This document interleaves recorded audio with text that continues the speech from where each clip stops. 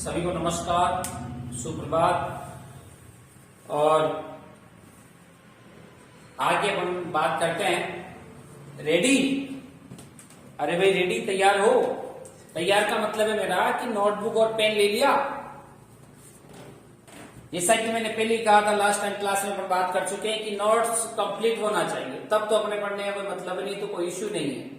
ठीक है, केवल इसको एंटरटेनमेंट के पर्पज से ना लें। जो पढ़ दिया, जो वीडियो आपने देखा है, मतलब उसका कंप्लीट नोट्स तैयार करिए, फिर देखना आपका रिजल्ट क्या होता है।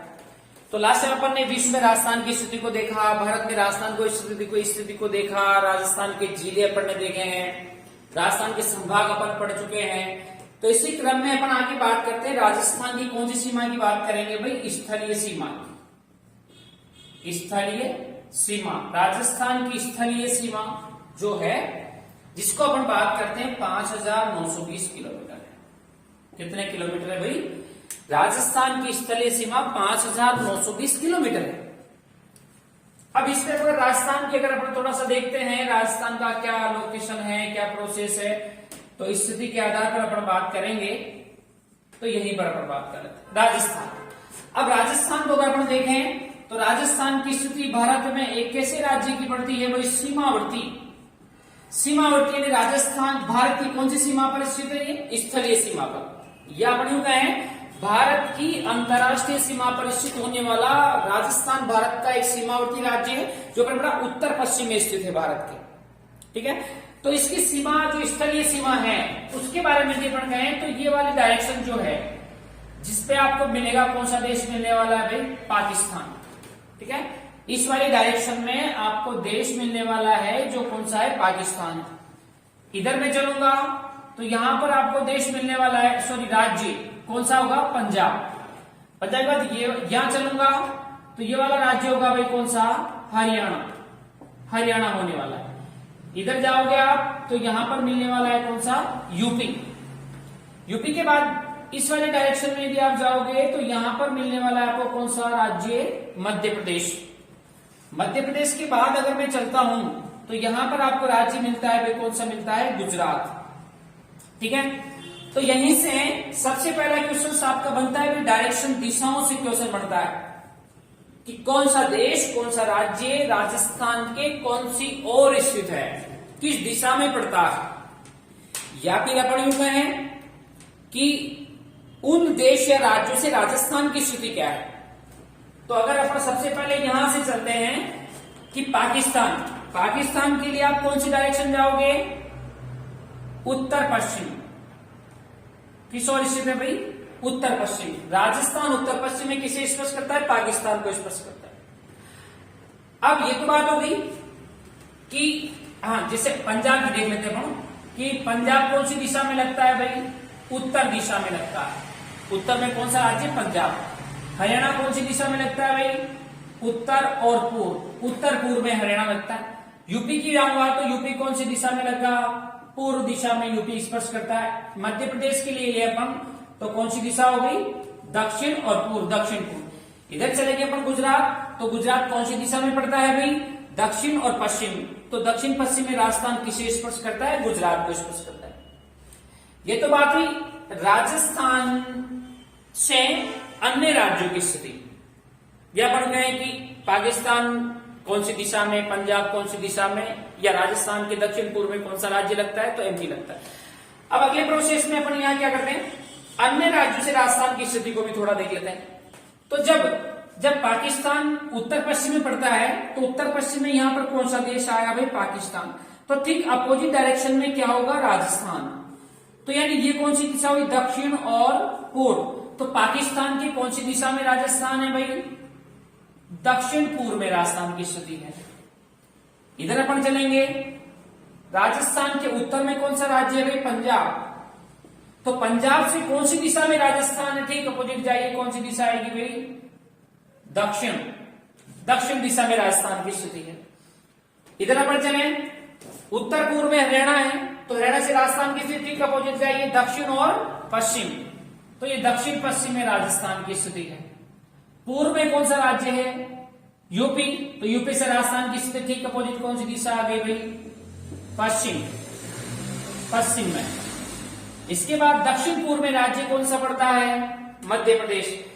तो यहां पर देखें कि मध्य प्रदेश से राजस्थान की स्थिति क्या जाएगी, अपोजिट कौन सी दिशा आएगी भाई? उत्तर और पश्चिम, उत्तर और पश्चिम। फिर अपन देखें राजस्थान का जो गुजरात है, गुजरात दक्षिण पश्चिम में पड़ता है, तो गुजरात से राजस्थान की स्थिति के अपोजिट कौन सी दिशा में गया? उत्तर पूर्व। ठीक है, अब आप यहां पर आ जाइए कि राजस्थान भारत में एक सीमावर्ती राज्य है, भारत की अंतर्राष्ट्रीय सीमा का निर्माण करता है। तो इस स्थलीय सीमा पर 5,920 किलोमीटर पर कुल राज्य कितने हैं? कुल राज्य इकाइयां कुछ है, जिसमें भारत के कितने राज्य? 5 और एक देश हो गया कौन सा? पाकिस्तान। तो कुल इकाइयां कितनी लगती है भाई? 6 लगती है। फिर आपसे बात की कि पंजाब के कितने प्रांत लगते हैं, तो ये तो आपका प्रांत लगेगा कौन सा? पंजाब प्रांत, और ये प्रांत लगेगा कौन सा? सिंध प्रांत। तो पंजाब के कितने प्रांत लगते हैं? 2 प्रांत लगते हैं, पंजाब प्रांत और सिंध प्रांत लगता है। इसके बाद अगर देखा जाए तो भारत के राज्य हैं 5, एक देश है पाकिस्तान जिसके 2 प्रांत है, कुल पाकिस्तान से एक प्रांत या राज्य से कितने लगते हैं? 7 लगते हैं। अब यहां पर देखा जाए कि एक सीमावर्ती राज्य होने के कारण राजस्थान की स्थलीय सीमा को 2 भागों में बांटा गया है। राजस्थान की स्थलीय सीमा को 2 भागों में बंट पड़ते हैं, क्योंकि राजस्थान भारत में अंतर्राष्ट्रीय सीमा का निर्माण करने वाला एक राज्य है, या भारत की स्थलीय सीमा का निर्माण करता है, पाकिस्तान को स्पर्श करता है। इसलिए एक सीमा तो आपकी हो जाएगी इंटरनेशनल बॉर्डर, अंतरराष्ट्रीय सीमा आएगी, और एक हो जाएगी स्टेट बॉर्डर, अंतरराज्यीय सीमा। यानी अंतरराष्ट्रीय और अंतरराज्यीय 2 प्रकार की सीमाएं बनाता है। कौन सा राज्य बनाता है भाई? राजस्थान बनाता है। अब इन दोनों को जो अलग किया जाता है, यहां पर जिला है भाई, जी से कौन सा होगा? गंगानगर। यहां पर बी से जिला होगा भाई, कौन सा होगा? बाड़मेर। तो ये यहां पर एक बिंदु है हिंदुमल कोट, हिंदुमल कोट जिला कौन सा हो गया? गंगानगर। हिंदुमल कोट गंगानगर। और इधर आपका यहां बाड़मेर में एक स्थान होगा जिसका नाम है बाखासर, बाकाशर, और तहसील है यहाँ की बाड़मेर। वहां तहसील कही जाए तो गंगानगर है, यहाँ तहसील क्या होगी? बाड़मेर। तो यहां से इधर की अगर मैं बात करूंगा तो ये वाली सीमा तो हो गई अंतरराष्ट्रीय, और ये वाली सीमा हो जाती है कौन सी हो जाती है भाई? अंतरराज्यीय सीमा। तो अगर आपसे कहा जाए कि अंतरराष्ट्रीय सीमा का प्रारंभ बिंदु क्या है? हिंदुमल कोट गंगानगर है। अंतिम बिंदु क्या है? बाकासर, सागर, बाड़मेर, क्योंकि नॉर्थ डायरेक्शन, वैसे स्थलीय भाग से होता है, पर नॉर्थ को हम इसे प्रधान दिशा मानते हैं, प्रारंभ नक्शे का उधर से होता है मैप का। तो प्रारंभिक बिंदु हमेशा हिंदुमल कोट गंगानगर है, और अंतिम बिंदु क्या है? बाकासर, सागर, बाड़मेर। हाँ, अंतरराष्ट्रीय सीमा का जो प्रारंभ बिंदु है वही कौन सी सीमा का? क्योंकि जहां से अंतरराष्ट्रीय सीमा खत्म हुई वहां से कौन सी सीमा प्रारंभ हो जाती है? अंतरराज्यीय सीमा प्रारंभ हो जाती है।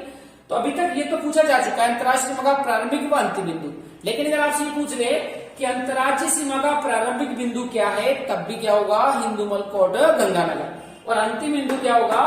बाकासर, सागर, बाड़मेर।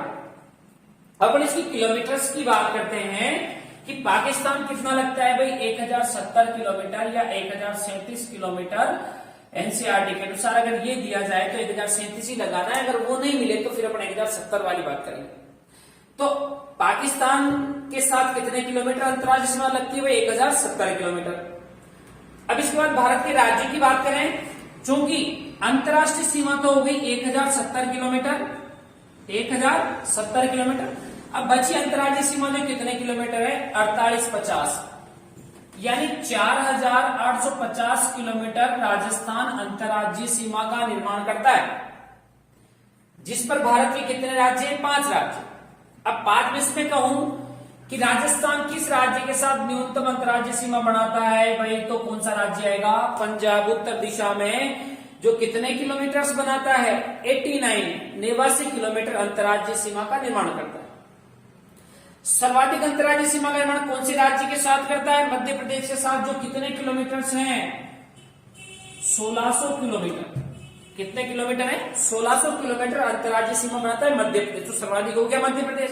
अब अगर हम गुजरात हरियाणा, यूपी की सीमा, अंतर्राज्यीय सीमा अगर और लर्न कर लेते हैं तो राज्यों का सीमा के आधार पर आरोही या अवरोही क्रम अपने एक क्वेश्चन और क्लियर हो जाता है। तो गुजरात कितना लगता है भाई? 1022 किलोमीटर लगता है। यूपी कितना लगता है भाई? 877 किलोमीटर लगता है। हरियाणा कितना लगता है भाई? 1262 किलोमीटर लगता है। तो अगर मैं बात करूं कि अंतर्राज्यीय सीमा के आधार पर भारत के राज्यों का आरोही क्रम क्या है, तो नंबर 1 पे पंजाब आएगा, नंबर 2 पे उत्तर प्रदेश आएगा, नंबर 3 पे गुजरात, नंबर 4 हरियाणा, नंबर 5 पे क्या आने वाला है? मध्य प्रदेश आने वाला है। ठीक है। अब ये जो भारत की जो सीमा है, स्थलीय सीमा, भारत की स्थलीय सीमा, इसे अपन आगे पढ़ते हैं तो इसे अपन दो भागों में पढ़ेंगे।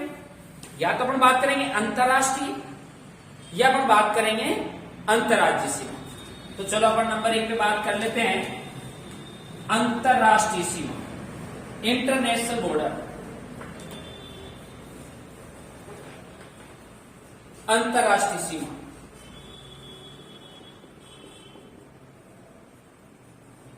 अंतरराष्ट्रीय सीमा यानी अपन बात करते हैं आईबी। अब यहां पर बात करती लंबाई कितनी? 1070 किलोमीटर या 1037 किलोमीटर। ठीक है। इसमें अपन देखते हैं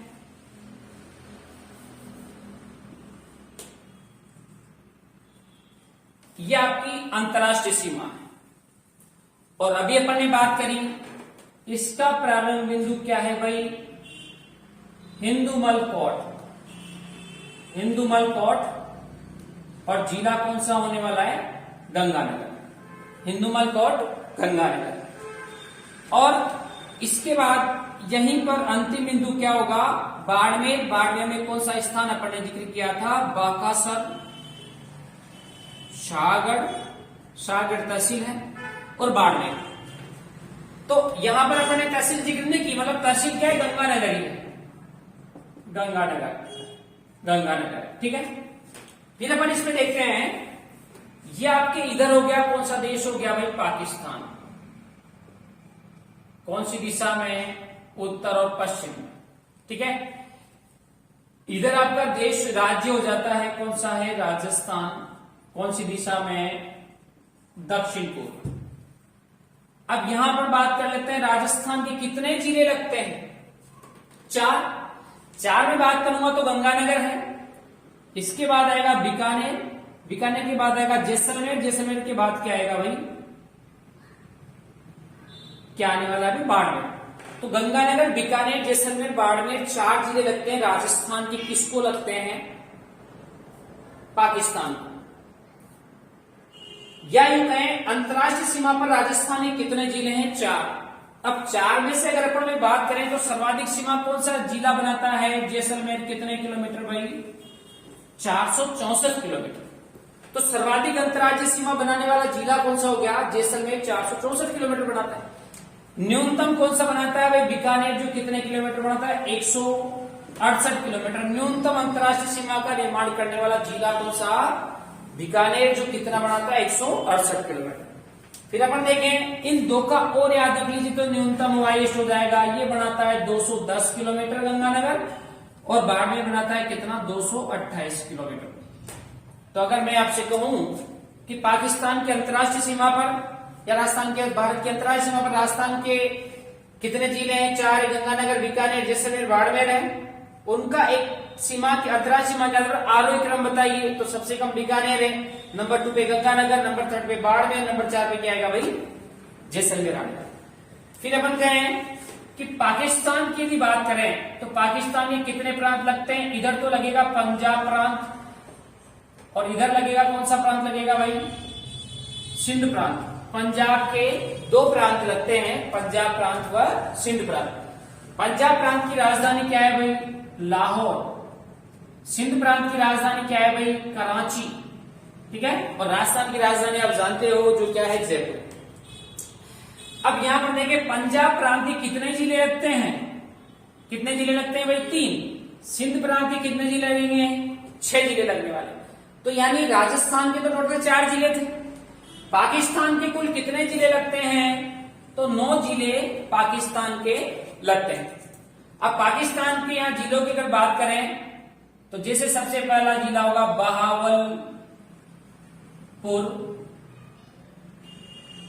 बहावलनगर और रहीम यार खान। ये तीनों जिले जो हैं, ये तीनों जिले कौन से प्रांत के हैं? पंजाब प्रांत के। बहावलपुर, बहावलनगर और रहीम यार खान। इसके बाद सिंध प्रांत के चले तो कितने जिले आएंगे? 6 जिले। 6 जिलों में अपन बात करें तो घोटकी है, सुक्कुर है, खैरपुर, घोटकी, सुक्कुर, खैरपुर, संगर है, उमरकोट है और अंतिम जिला कौन सा हो जाएगा भाई? थार पारकर। तो यानी ये 6 जिले जो लगते हैं वो कौन से प्रांत के लगते हैं? सिंध प्रांत के। घोटकी, सुक्कुर, खैरपुर, संगर, उमरकोट और थार पारकर। बहावलपुर, बहावलनगर और रहीम यार खान। ठीक है। इसके बाद अपन बात करते हैं कि पाकिस्तानी अंतर्राष्ट्रीय सीमा के निकटतम शहर या जिला मुख्यालय कौन सा है? निकटतम शहर या जिला मुख्यालय कौन सा है भाई? गंगानगर। दूरस्थ शहर या जिला मुख्यालय कौन सा आता है? दूरस्थ शहर या जिला मुख्यालय जो पाकिस्तान की सीमा पर है, बीकानेर। कौन सा लगता है भाई? बीकानेर लगता है। फिर अगर आप इसको कहें तो इस सीमा को आप कहीं ना कहीं क्या कहते हो? इसका एक उपनाम से जाना जाता है भाई, रेड क्लिफ। किस नाम से जाना जाता है? Red Cliff. कौन सा नाम होगा? या भारत की या राजस्थान के अंतर्राष्ट्रीय सीमा को किस उपनाम से जाना जाता है? रेड क्लिफ के नाम से जाना जाता है। रेड क्लिफ की थोड़ी सी अपन कहानी याद रखते हैं कि जैसे आप जानते हो भारत विभाजन होता है। कब होता है? 15 अगस्त 1947 को भारत का विभाजन, या अपने भारत को स्वतंत्रता प्राप्त होती है 15 अगस्त 1947। स्वतंत्रता क्या? विभाजन ही हुआ है 15 अगस्त सांप्रदायिक का 15 अगस्त 1947 को। अब हुआ यूं कि 15 अगस्त 1947 को जब आपके भारत के 2 टुकड़े किए जा रहे थे या जब भारत का विभाजन हो रहा था, तो उस समय दोनों देशों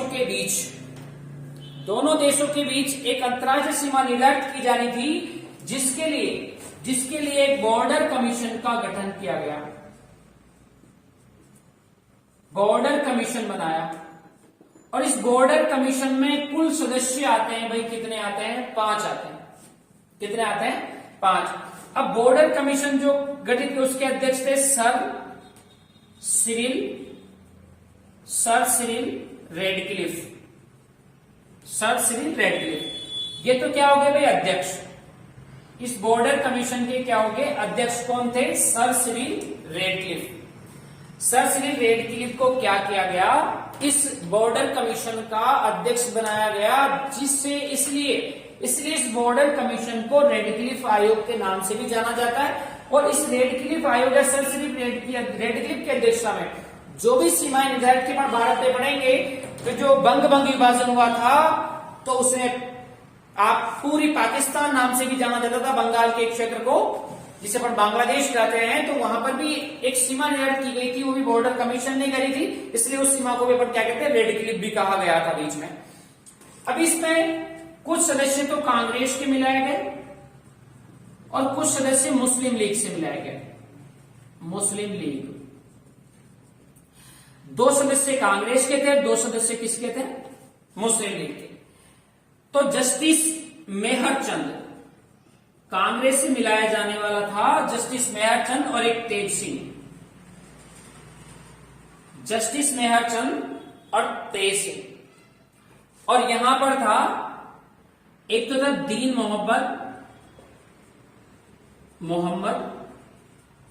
मुनीर मोहम्मद।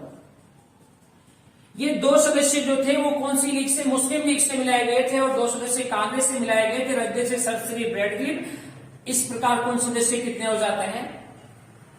5। अब इस आयोग ने क्या किया, 15 अगस्त को इसका गठन हुआ था और इस आयोग के द्वारा 17 अगस्त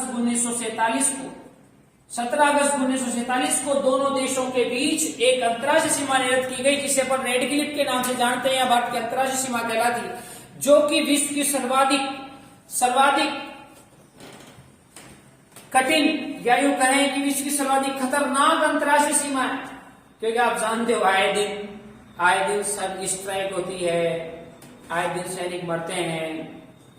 तो विश्व की एक जो 2011 में जो राष्ट्रीय नीति के अनुसार जो सर्वे किया गया था, उसमें विश्व की सर्वाधिक खतरनाक सीमाओं में से रेड क्लिफ सीमा को या भारत पाकिस्तान के बीच की अंतर्राष्ट्रीय सीमा को भी शामिल किया गया है। ठीक है, जिसका 17 अगस्त 1947 को हुआ था और भारत पाकिस्तान के बीच इसकी लंबाई 33-23 किलोमीटर है। पुराने आंकड़ों के अनुसार 33-10 आती थी, अब 33-23 किलोमीटर है। 33-23 किलोमीटर में से राजस्थान कितना बनाता है, 1070 किलोमीटर, यानी भारत की कुल रेड क्लिफ का राजस्थान में कितना % आता है भाई, 18% अंतर्राष्ट्रीय सीमा राजस्थान बनाता है। ठीक है, तो इस प्रकार से अपन को यह अंतर्राष्ट्रीय सीमा का प्रोसेस याद रखना है कि पाकिस्तान से लगती है, उत्तर पश्चिम में लगती है, दो प्रांत कराची और सिंध और पंजाब प्रांत लगते हैं। पाकिस्तान की 9 जिले टोटल, राजस्थान के कितने जिले हैं भाई, 4 जिले हैं। ठीक है, निकटतम शहर जिला मुख्यालय गंगानगर आता है, दूरस्थ शहर जिला मुख्यालय क्या आता है, बीकानेर आता है। ठीक है, तो इस प्रकार से अपन को पाकिस्तान या राजस्थान की अंतर्राष्ट्रीय सीमा को अपन को ध्यान रखना था। अगले प्रोसेस में बात करेंगे राजस्थान की अंतर्राज्यीय सीमा। ठीक है, देखो कंटिन्यूअसली वीडियो को लाइक और शेयर और सब्सक्राइब करना ना भूलें। आप वीडियो देख रहे हो तो आप, अगर आपको लगता है कि अच्छी मेहनत या अच्छा पढ़ाया जा रहा है, तो अपने दोस्तों को शेयर करें ताकि उनका भी आपके साथ कोई बेनिफिट हो।